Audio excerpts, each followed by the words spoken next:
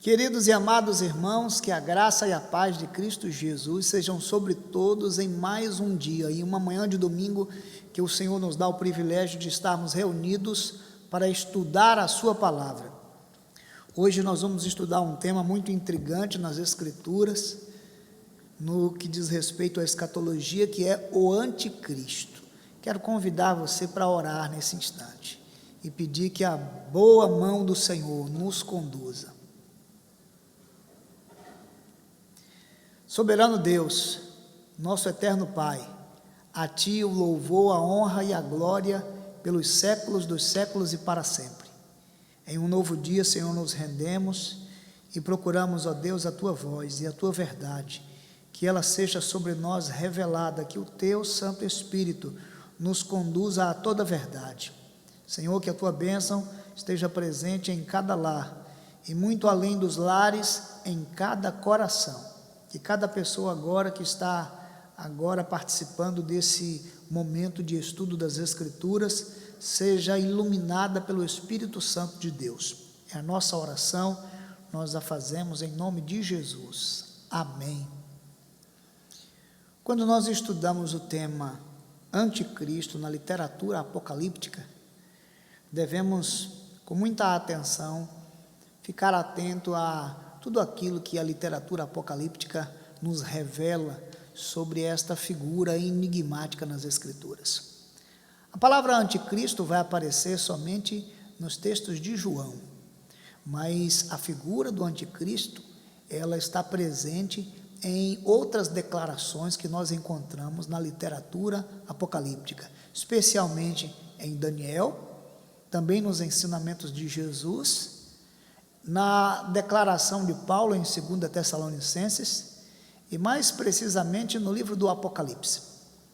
Queremos convidar então você para olhar com muita atenção sobre esse tema. Quando nós olhamos para 2 Tessalonicenses no capítulo 2, vamos encontrar elementos tão importantes no ensino de Paulo a respeito do anticristo. E quando nós olhamos para esse texto, acredito que o sentimento que deve mover a igreja de Cristo Jesus já está presente nas primeiras palavras do capítulo 2 de 2 Tessalonicenses. Os versos 1 e 2 assim declaram: Irmãos, no que diz respeito à vinda de nosso Senhor Jesus Cristo e à nossa reunião com Ele, nós vos exortamos a que não vos demovais da vossa mente com facilidade, nem vos perturbeis, quer por espírito, quer por palavra, quer por epístola, como se procedesse de nós, supondo ter chegado o dia do Senhor. Com estas primeiras palavras, Paulo está exortando os crentes e irmãos de Tessalônica a se manterem prudentes e perseverantes diante de toda a perseguição que há de ser revelada e apontando para a segunda vinda do nosso Senhor e Salvador Jesus Cristo. A palavra anticristo, que aparece no Novo Testamento, tem o significado de adversário de Cristo, adversário do Messias.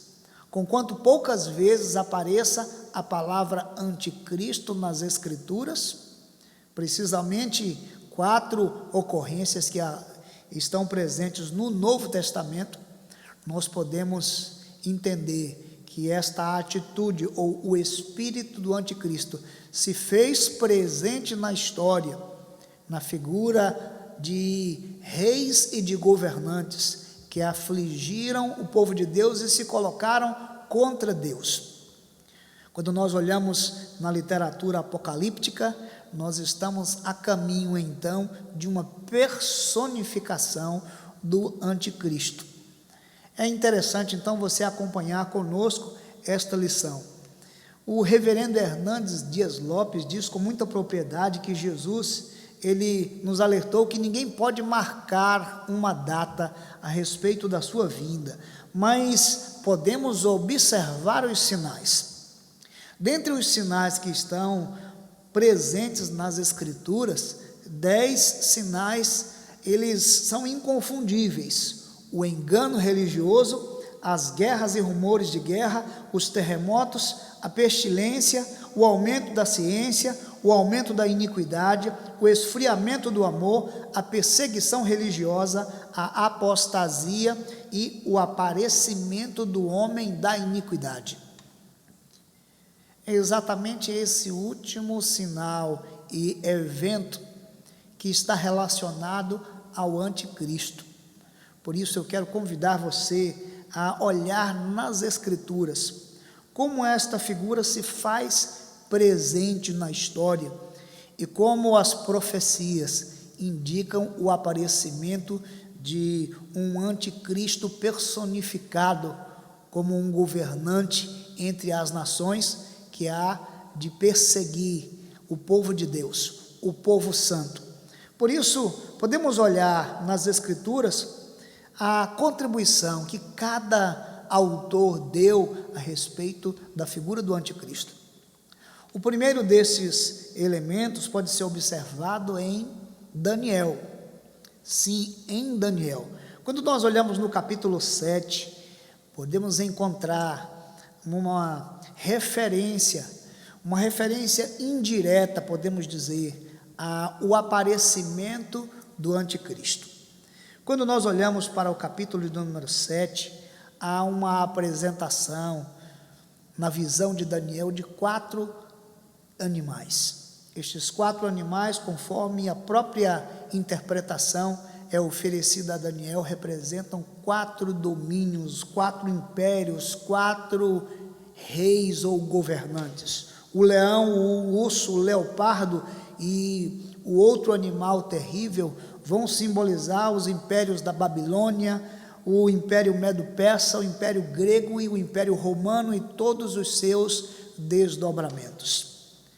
Não houve nestes impérios uma figura específica que pode ser determinada como sendo o anticristo, mas é possível dizer que estes impérios e atitudes e até governantes dentro desses impérios representam ações que identificam a atitude do anticristo.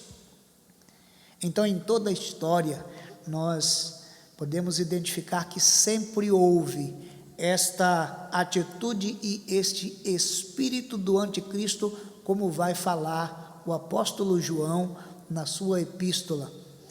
Ao observarmos o capítulo 7 e o verso de número 17, quando há uma interpretação sobre os animais, diz Daniel: estes grandes animais, que são 4 reis que se levantarão da terra.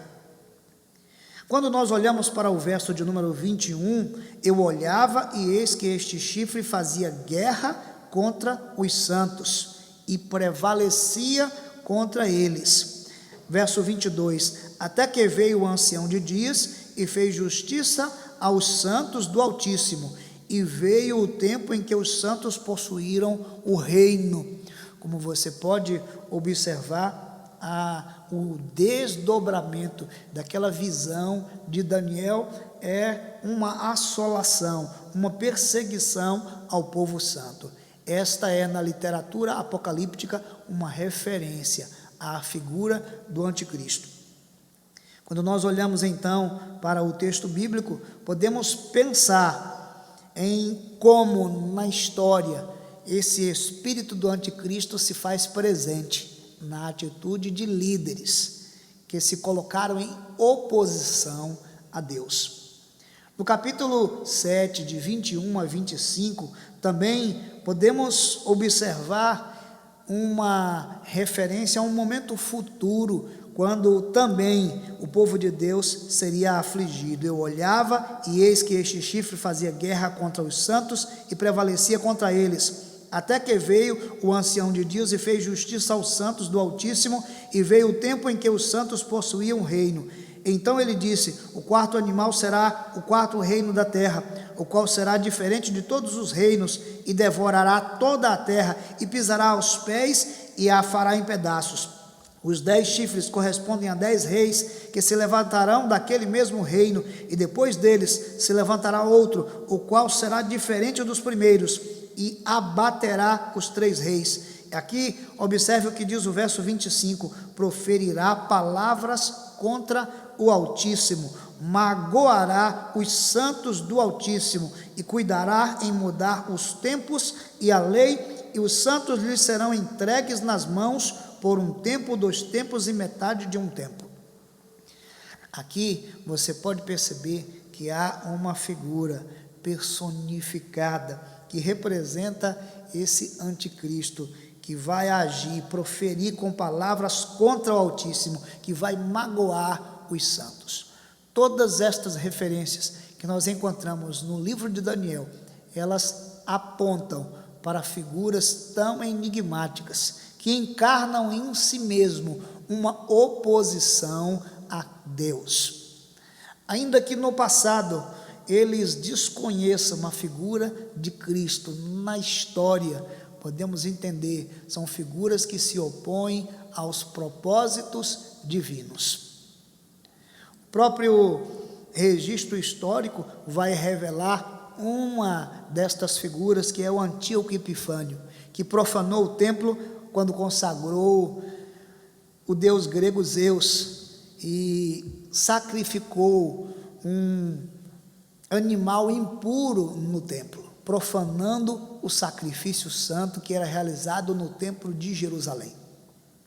Quando nós olhamos então para o livro de Daniel, nós podemos perceber que há uma referência à figura do anticristo. Quando nós olhamos para o Novo Testamento, no ensinamento de Jesus, no capítulo 24, os versos de 15 a 28, também podemos encontrar uma referência que aponta para o tempo de tribulação, tempo de aflição, mas também aponta para esse momento no fim, na história, quando o anticristo há de perseguir o povo santo. Os versos de 15 a 28, assim diz a Escritura, Mateus capítulo 24: quando, pois, virdes o abominável da desolação, de qual falou o profeta no lugar santo, diz o texto, quem lê entenda, então os que estiverem na Judéia, fujam para os montes, quem estiver sobre o eirado, não desça a tirar de casa alguma coisa, quem estiver no campo, não volte atrás para buscar a sua capa. Ai das que estiverem grávidas e das que amamentam naqueles dias. Orai para que a vossa fuga não se dê no inverno, nem no sábado, porque neste tempo haverá grande tribulação, como desde o princípio do mundo até agora não tem havido e nem haverá jamais. Não tivesse naqueles dias sido abreviados, ninguém seria salvo, mas por causa dos escolhidos, diz o texto, tais dias serão abreviados. Então, se alguém vos disser, eis aqui o Cristo, ou ele-o ali, não acrediteis, porque surgirão falsos cristos, falsos profetas, operando grandes sinais e prodígios para enganar, se possível, os próprios eleitos. Vede que vos tenho predito, portanto, se vos disserem, eis que ele está no deserto, não saiais, ou ei-lo no interior da casa, não acrediteis, porque assim como o relâmpago sai do oriente e se mostra até o ocidente, assim há de ser a vinda do Filho do Homem, onde estiver o cadáver, aí se ajuntarão os abutres. Podemos lembrar que no ano 70, o imperador Tito destruiu a cidade de Jerusalém e grande perseguição foi realizada perante os cristãos. Esse momento vai tipificar também a oposição a Cristo, a oposição a Deus, a oposição ao povo santo nos ensinamentos de Jesus. Mas o Senhor Jesus disse que nos últimos dias também muitos falsos cristos apareceriam. O anticristo é visto aqui como um personagem escatológico, como um personagem que está presente na história em vários momentos, mas especialmente o personagem escatológico há de ser revelado na história nos últimos tempos. Assim, então, nos ensinamentos de Jesus, não ficamos sem essa advertência a respeito dos falsos cristos e também da figura do anticristo. Quando nós olhamos então com mais atenção para o que escreveu João em sua epístola, 1 João no capítulo 2, os versos de 18 a 26, aliás, nós encontramos em João uma própria descrição da palavra anticristo. É aqui onde aparece a palavra anticristo em 4 ocorrências. O anticristo em João está marcado por esta declaração nos versos 18 a 25. Filhinhos, já é a última hora, e como ouvistes que vem o anticristo. Como ouvistes que vem, aquela igreja estava de alguma maneira alertada sobre a vinda do anticristo.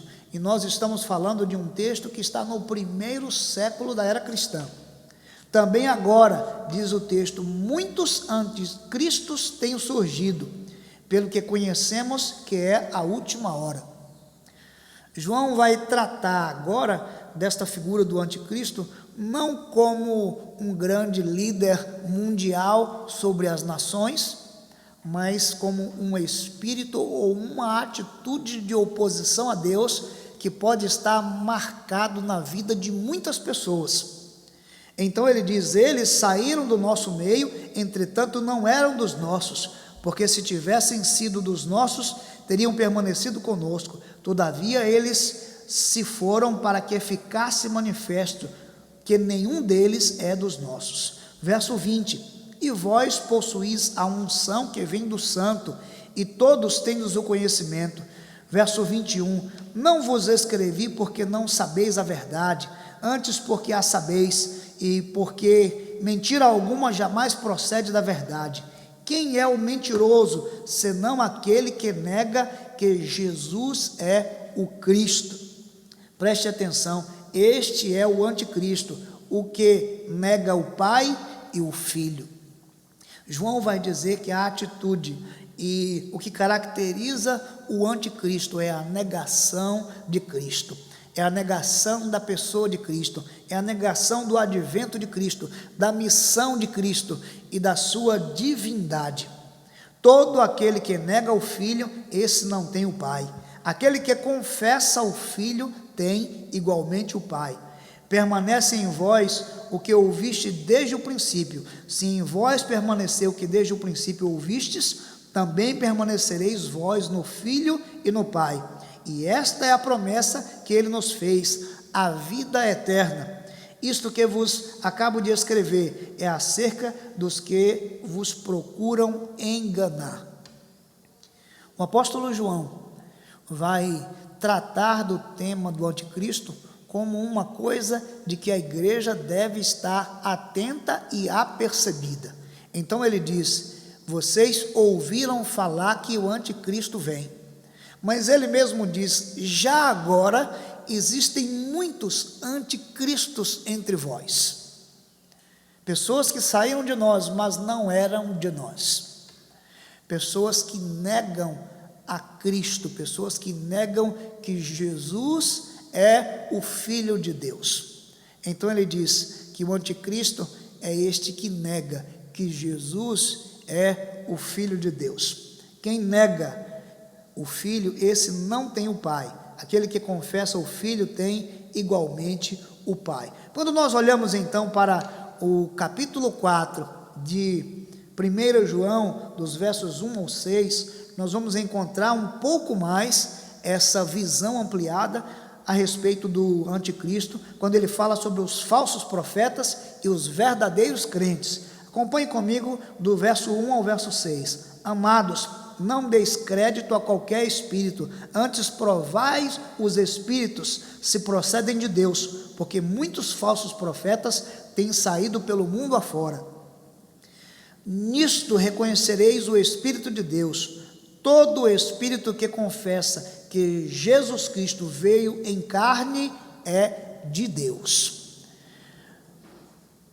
João vai colocar diante dos seus leitores uma grande oportunidade de avaliação e de teste por meio do Espírito. Todo aquele que nega que Jesus veio em carne, ele disse, esse é falso. Olha o que diz o verso 3, e todo espírito que não confessa a Jesus não procede de Deus. Pelo contrário, este é o espírito do anticristo, a respeito do qual tendes ouvido que vem, e presentemente já está no mundo. Esse verso de número 3 mostra que a igreja do primeiro século já estava ouvindo falar sobre a vinda do anticristo. Agora João vai dizer, e ele já está no mundo. E João vai dizer, o espírito do anticristo já está presente na atitude das pessoas que negam que Jesus veio em carne, que negam a divindade de Cristo, que se colocam em oposição a Deus. Verso 4 diz, filhos ou filhinhos, vós sois de Deus e tendes vencido os falsos profetas, porque maior é aquele que está em vós do que aquele que está no mundo. Eles procedem do mundo, por essa razão falam da parte do mundo, e o mundo os ouve. Mas o texto diz no verso 6, nós somos de Deus. Aquele que conhece a Deus nos ouve, aquele que não é da parte de Deus não nos ouve. Nisto reconhecemos o espírito da verdade e o espírito do erro. O espírito da verdade, o espírito de Cristo, o espírito do erro, o espírito do engano, o espírito do anticristo. No primeiro século da história da igreja, a certeza que os autores e os apóstolos estão compartilhando conosco é que a igreja estava sendo alertada da vinda do anticristo, desde os ensinamentos de Jesus. Como você pode ver, então, aqui na literatura de João, nós podemos ir ao capítulo 1 da segunda epístola, dos versos 7 ao 11, vamos mais uma vez encontrar um ensinamento de João, agora sobre os falsos ensinadores e como tratá-los. Diz o verso 7, porque muitos enganadores têm saído pelo mundo afora, os quais não confessam Jesus vindo em carne. Assim é o enganador e o anticristo. O enganador e o anticristo, ele está personificado na atitude de negar que Jesus Cristo veio em carne, que Deus, o Verbo, ele encarnou, ele se fez carne e habitou entre nós. Quando negamos a natureza divina, a origem divina de Jesus, o Filho de Deus, então essa atitude é uma atitude enganadora e uma atitude do anticristo. Por isso, quando Jesus perguntou a Pedro, Pedro, quem dizem os homens que eu sou? Pedro disse, tu és um profeta. Jesus disse, e tu? E o que vocês dizem?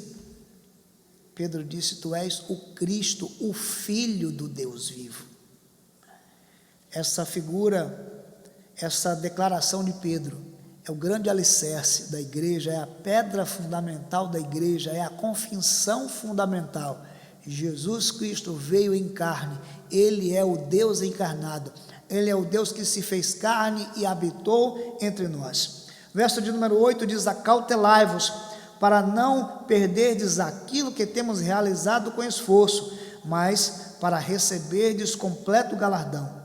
Todo aquele que ultrapassa a doutrina de Cristo e nela não permanece, não tem Deus. O que permanece na doutrina, esse tem tanto o Pai como o Filho. Se alguém vem ter convosco e não traz essa doutrina, não o recebais em casa, nem lhes deis as boas-vindas. Aqui há uma declaração muito direta, corte as relações. Verso 11, porquanto aquele que lhe dá boas-vindas, faz-se cúmplice das suas obras más. como você pode observar, desde o primeiro século, havia um ensinamento entre os apóstolos a respeito da fé cristã, e a apostasia e a atitude e o espírito de negação a Cristo e a sua obra estava presente também ali, permeando a história da igreja, e eles estavam alertados de que viria o anticristo. Quando nós olhamos para essa literatura, podemos aprender desde Daniel, passando pelos ensinamentos de Jesus, agora de João, e um pouco mais à frente, os ensinamentos de Paulo, que esta atitude de oposição a Cristo, de oposição a Deus, ela esteve presente e revelada na história, e como disse João, ela está presente agora no mundo. Mas quando olhamos para a literatura paulina, podemos encontrar na segunda carta de Paulo aos Tessalonicenses um ensinamento com um pouco mais de detalhe a respeito daquele que ele não chamou de anticristo, mas chamou de o homem da iniquidade.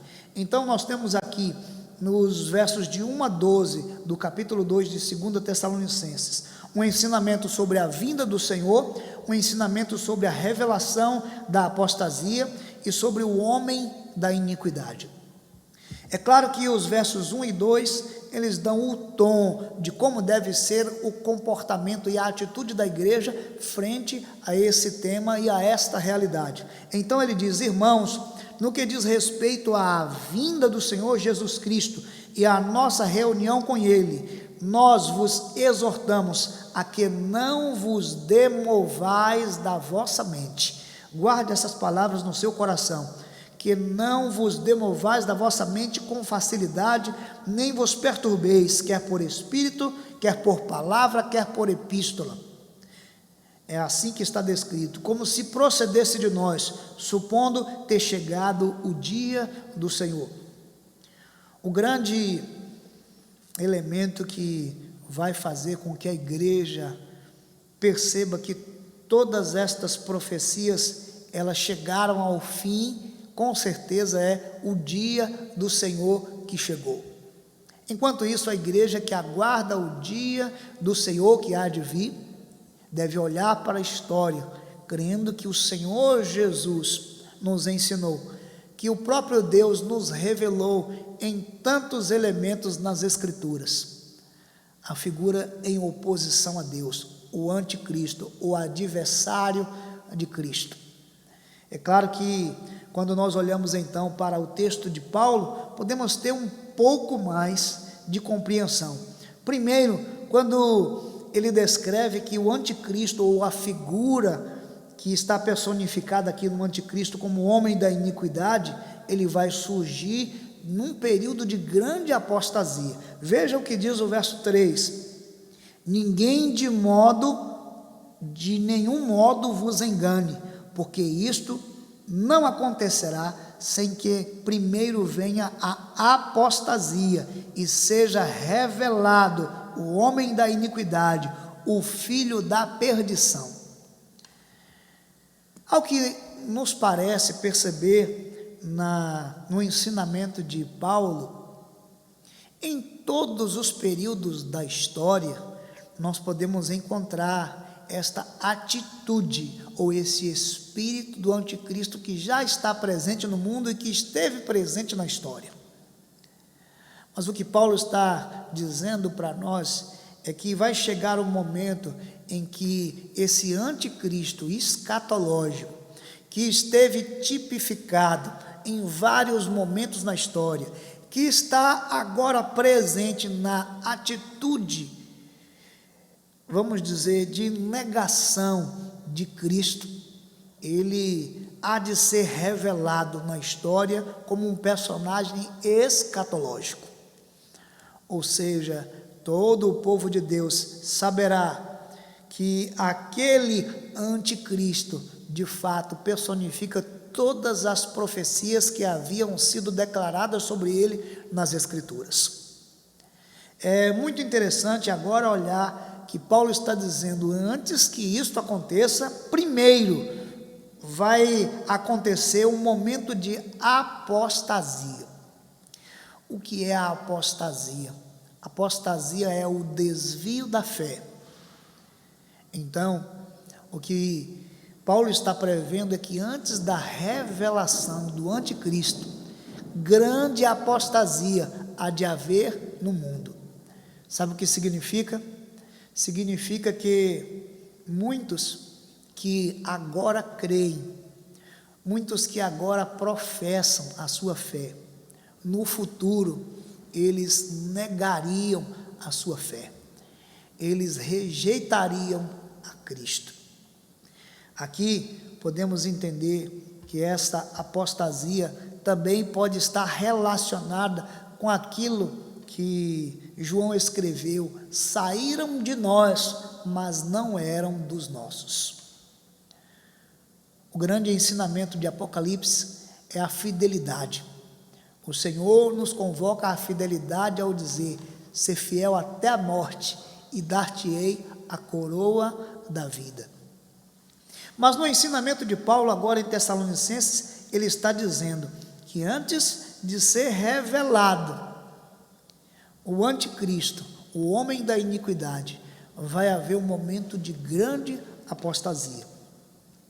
Esse mesmo texto serve para dizermos que o anticristo será uma pessoa, assim como diz o texto: ninguém de nenhum modo vos engane, porque isto não acontecerá sem que primeiro venha a apostasia e seja revelado o homem da iniquidade, o filho da perdição.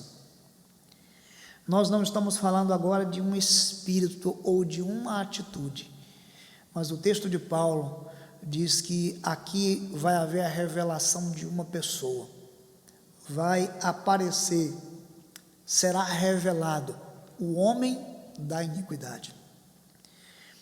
Tanto a literatura apocalíptica como o que nós estamos estudando no que nós chamamos de escatologia, no Novo e no Antigo Testamento, nos dão essa ideia e esta visão de que haverá uma personificação da figura do anticristo. Agora, Paulo vai aproximar isso mais ao dizer que é o homem da iniquidade. Quando nós estudamos Daniel, não parecia ser uma figura, mas um animal ou mesmo um chifre. Quando nós estudamos o livro de Apocalipse, não parece ser uma pessoa, mas um dragão ou uma besta que saiu da terra. O que nós podemos aprender com Paulo é que o anticristo está relacionado a uma pessoa que há de ser revelada sobre as nações e sobre o mundo. Uma terceira coisa que nos ensina Paulo é que ele será um objeto de adoração. Veja o que diz o verso 4: o qual se opõe e se levanta contra tudo o que se chama Deus, ou é objeto de culto, a ponto de assentar-se no santuário de Deus, ostentando-se como se fosse o próprio Deus. O que nos ensina Paulo é que diante de todas as circunstâncias sociais que o mundo vive, no futuro, uma pessoa seria revelado como homem da iniquidade, buscando para si mesmo a adoração e se opondo a tudo o que se chama Deus. E ele mesmo assumindo esse lugar de divindade entre os homens. Você pode imaginar, com as convulsões sociais que o mundo enfrenta, com todos os desmandos e descaminhos de nossa geração, toda e qualquer figura política e humana que consiga resolver os problemas da sociedade, certamente esta pessoa seria tida como um Deus, como um grande soberano sobre as nações. O mundo que está à beira cada vez mais de convulsões sociais e de tantos conflitos que se deflagram na história, está diante da possibilidade de adorar uma figura humana, uma pessoa humana que se opõe a Deus e que assume esse lugar de divindade entre os homens. Paulo foi muito além ao dizer que esta figura vai usar de sinais e de milagres. Veja o que diz os versos 9 a 12. Ora, o aparecimento do iníquo é segundo a eficácia de Satanás. Ou seja, por trás dessa figura, o poder de Satanás estará em operação, com todo o poder e sinais e prodígios da mentira. A Bíblia diz: conhecereis a verdade, e a verdade vos libertará. Todos os seus sinais e prodígios têm o objetivo de promover o engano. Então o verso 10 diz: e com todo o engano de injustiça aos que perecem, porque não acolheram o amor da verdade para serem salvos. É por esse motivo, pois, que Deus lhes manda a operação do erro, para darem crédito à mentira, a fim de serem julgados todos quantos não deram crédito à verdade, antes, pelo contrário, deleitaram-se com a injustiça. Diante disso, podemos entender pelo ensinamento de Paulo que a operação do anticristo, com seus sinais e prodígios, uma manifestação que será apoiada pelo poder de Satanás, que é o grande adversário de nossas almas, aquele que tentou Jesus no início do seu ministério, aquele que se colocou diante do Filho de Deus como o dono dos reinos deste mundo. Ele está por trás desta figura que nas Escrituras aparece como o anticristo. Mas para muito além disso, Paulo vai nos ensinar algo muito especial, ao dizer que só pode ser revelado depois que aquilo e aquele que detém for removido. Veja com muita atenção os versos 6 e 7. E agora sabeis o que o detém, para que ele seja revelado somente em ocasião própria. Com efeito, o mistério da iniquidade já opera e aguarda somente que seja afastado aquele que agora o detém. Nós mais à frente vamos estudar o livro de Apocalipse. E o grande detentor e dominador do mundo e de todas as coisas é o próprio Deus. Esta autoridade ele concedeu ao seu Filho, que despediu os discípulos dizendo: é-me dada toda a autoridade nos céus e na terra. Portanto, a única coisa que impede a revelação e o aparecimento, vamos dizer, a identificação da figura do anticristo entre os homens, é o próprio Deus, aquele que o detém. Então observe que vai chegar um momento na história, quando aquele que o detém vai de fato permitir que ele seja revelado. É muito interessante estudar sobre esse tema, porque quando nós olhamos para o verso de número 8, diz assim: então será de fato revelado o iníquo. E a grande lição que nós temos aprendido na literatura apocalíptica é o desfecho triunfal do Filho do Homem. Portanto, será totalmente derrotado por Cristo, essa figura do anticristo. Olha o que diz o texto: então será de fato revelado o iníquo, 2 Tessalonicenses 2,8, a quem o Senhor Jesus matará com o sopro de sua boca e o destruirá pela manifestação da sua vinda. A permissão da revelação, do aparecimento do iníquo será dada por Deus, mas assim que ele se revelar e perseguir o povo santo e prevalecer sobre o povo santo, isso diz respeito ao tempo de tribulação, que nós temos falado aqui na literatura apocalíptica e no estudo da escatologia. Quando nós olhamos esta figura, ela tem um poder grandioso, mas tem um poder limitado.